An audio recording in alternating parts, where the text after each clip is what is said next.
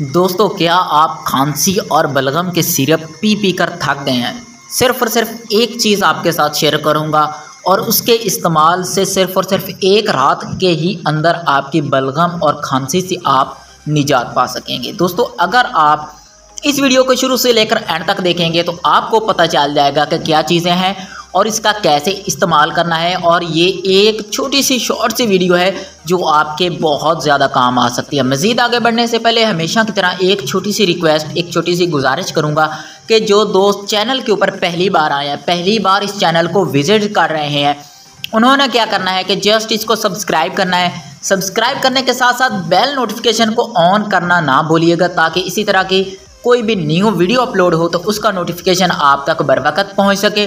तो दोस्तों, बिना टाइम वेस्ट के चलते हैं आज के हमारे टॉपिक की तरफ। दोस्तों, बलगम और खांसी से निजात के लिए खांसी का सिरप काफ़ी फ़ायदेमंद होता है, लेकिन इसका असर वक्ती होता है और इसके भी साइड इफ़ेक्ट से इनकार नहीं किया जा सकता। आइए आपको सिर्फ एक रात में ही बलगम और खांसी से निजात हासिल करने का एक कुदरती तरीका बताते हैं। ये तरीका शहद और अदरक को मिलाकर इस्तेमाल करने का है, जिसमें आपको खाना कुछ नहीं बल्कि उसे सीने पर लगाकर सो जाना है। शहद और आटे को मिलाकर एक पेस्ट बना लें और इसमें थोड़ा सा नारियल का तेल, ताज़ा अदरक के रस के अंदर चंद कतरे मिलाएं। अब इस पेस्ट को नैपकिन में रखें और उसे गौज़ में लपेट दें। अब कपड़े में लिपटे हुए इस पेस्ट को किसी बैंडेज की मदद से कमर और सीने पर लगाएं।